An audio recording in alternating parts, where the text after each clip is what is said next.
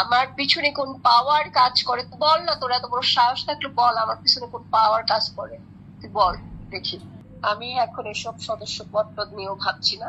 প্রথমত হলো আমি মিশা ভাইয়ের যোগ্যতা নিয়ে কথা বলি নাই, 1 নাম্বার।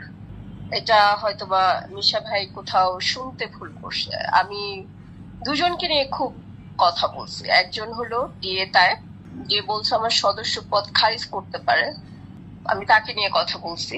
আর কারণ হলো যে যখন ডিএ তায়েব সদস্য হয় তখন আসলে অফিসিয়ালি ওনার কয়েকটা ছবি রিলিজ হচ্ছে, সেটা যদি এখন আমরা তলায় দেখতে যাই তাহলে দেখা যাবে উনি সদস্য হতেই পারে না।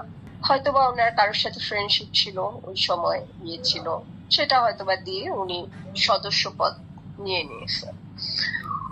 ওনাকে বলছি যে আমাকে নিয়ে কথা বলার যোগ্যতাই ওনার নাই। উনি কোনো ন্যাশনাল অ্যাওয়ার্ড উইনার না, উনি কোনো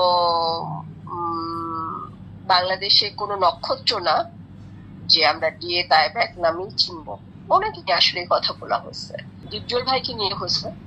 তার কারণ হলো উনি প্রথমেই বলছে যে আমি নাকি ওনাকে পিতৃতুল্য বলে আসছি। আমি ওনাকে কখনোই পিতৃতুল্য বলিনি। উনি ওখানে বসে বলছে নিপুণ আমার মেয়ের মতো।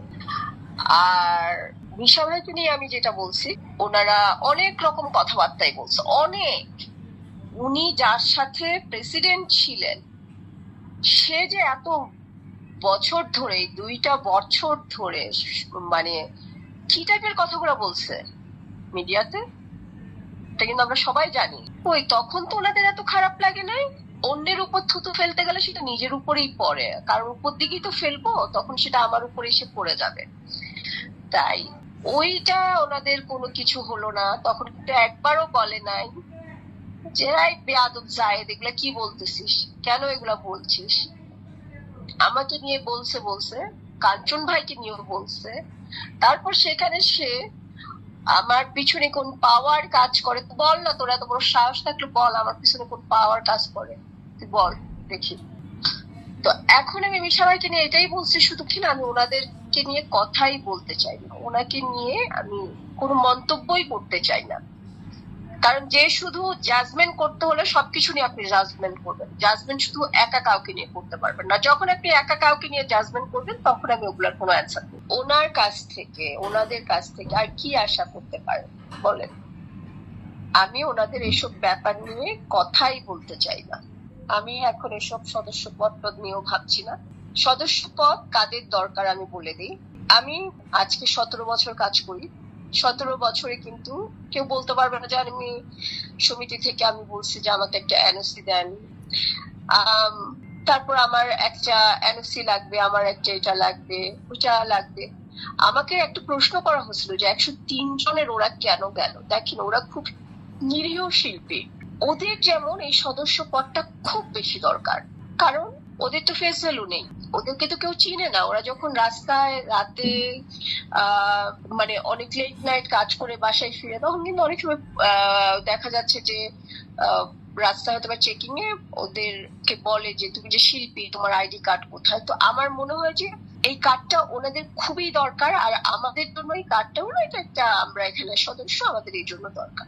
তো এখন আমি আসলে সদস্য পদ এগুলি নিয়ে ভাবছি না। আমি আসলে এখন ভাবছি যেটা, যে আমি যেখানে একটা রিট পড়ছি, আমি এখন আসলে আমার আইনি প্রক্রিয়াটা নিয়ে আমি ভাবছি। এখানে খোলসা করতে গেলে একটা মেয়ের নাম চলে আসে, এবং ওই মেয়েটার নাম যদি চলে আসে তাহলে অনেকেই প্রশ্ন করবে খসরু ভাই কেন সাধারণ সম্পাদককে ফেলি ওই মেয়েটাকে ফোন করলো।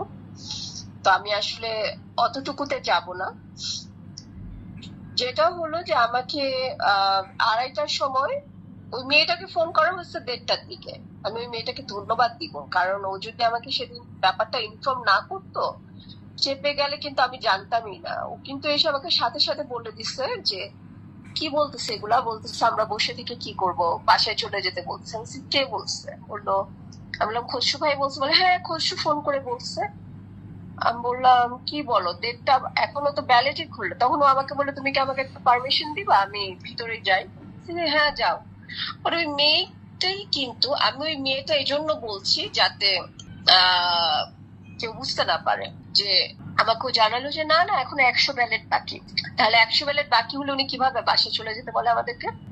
তারপরে সেকেন্ড ফোনটা আসছে আমার কাছে আড়াইটার দিকে, যে আমার অবস্থা খুবই খারাপ, আমি বসে থেকে কি করব, আমি যাতে বাসায় চলে যাই। এর পরবর্তী না না না তখন তো আমি বললাম যে না, আমি বাসায় যাব না। কেন আমি বাসায় যাব? আমি এই পুরো রেজাল্ট নিয়ে তারপর যাব। আর তারপরে যেটা হচ্ছে যে আসলে আমার ফোনটা আসলে যেটা হচ্ছিল, আমার ফোনে কোনো ফোন আসতেছিল না। মানে সামহাও আমার ফোনটা কি জ্যামার হয়ে গেছিল নাকি আমার ফোন, আমি কোনো আর নিউজ পাচ্ছিলাম না। মানে সকাল 7টা পর্যন্ত আসলে আমি জানি যে আমি মনে হয় 50টা ফটো পাইনি, যেটা আসলে আমি স্টেটমেন্টে দিচ্ছি যে আমি তো ভাবছিলাম যে আমি ডিপজল ভাইয়ের সামনে হয়তো 50টা ফটো পাবো না। প্রশ্ন তো উনি এখানে, এগুলা তো খুব ভিত্তিহীন কথা। সেটাও কোর্ট থেকে হয়ে আসছিল, উনি কোর্টের সাথেই ফাইট গুলা করবে, আমার সাথে না। একটা জিনিস যখন আইনি প্রক্রিয়ায় যায় তখন আমাদের একটু ওয়েট করা দরকার না, যে ওখান থেকে আমাদের কাছে কি কি লিস্ট আছে, বা যিনি আমার লয়ার ওনার কাছে নিশ্চয়ই কিছু লিস্ট তো আছে না, কিছু ব্যাপার তো আছে। এখন সেটার জন্য ওনারা অপেক্ষা না করে ওনারা এত কেন মানে উত্তেজিত হয়ে গেছে? সবকিছুরই ওনারা উত্তর পাবে, সেটা কোর্ট থেকেই পাবে। আমার মনে হয় এটা বেটার। সবার জন্যই শুভকামনা। কারণ আমি যতদিন এখানে ছিলাম, আমাকে কেউ মানে বলতে পারবে না যে আমি আসলে কাউকে খুব হিট করে কথা বলছি। আমাকে লাস্ট 2 বছর যে পরিমাণ হিট করা হয়েছে, সেটার পরিপ্রেক্ষিতে কেউ এটার কোনো প্রতিবাদ করে নাই। তো যখন দেখলাম যে কেউ এটা যখন প্রতিবাদ করছে না, তো আজকে যখন আমি আপনাদেরকে নিয়ে বলছি, তখন কেন আপনারা এটার এত গায়ে লাগছে?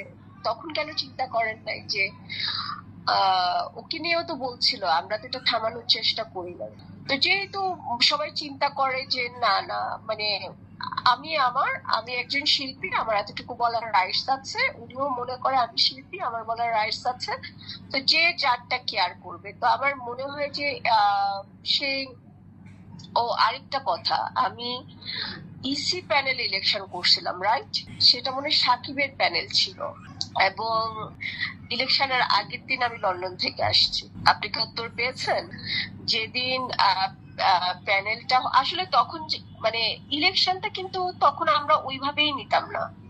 মানে তো ইসির অতটা, মানে আমার কাছে যদি জিনিসটা অতই খুব বেশি গুরুত্ব থাকতো, তাহলে তো আমি নিশ্চয়ই ওই 15-18 দিন লন্ডনে বসে থাকতাম না। কারণ তখন আমার মেয়ে লন্ডনে পড়ে, ওর মনে লন্ডন স্কুলে করে একটা কাজ ছিল। আমি কিন্তু ওই প্যানেল পরিচিতির পরপরই আমি কিন্তু লন্ডন চলে গেছি, এবং আমার এখনো মনে আছে আমি ঠিক তার আগের দিন আসছি।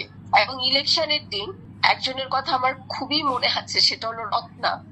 কেন মনে আছে? রত্না এসে বলতেছে, ও তুমি আজকে আসছো, আসো আসো বসো বসো, তুমি তো আসলে ইলেকশন করতেছিলে। আমি কি হ্যাঁ, আমি তো ছিলামই না, আমি তো আসলে কালকে রাত্রে আসছি।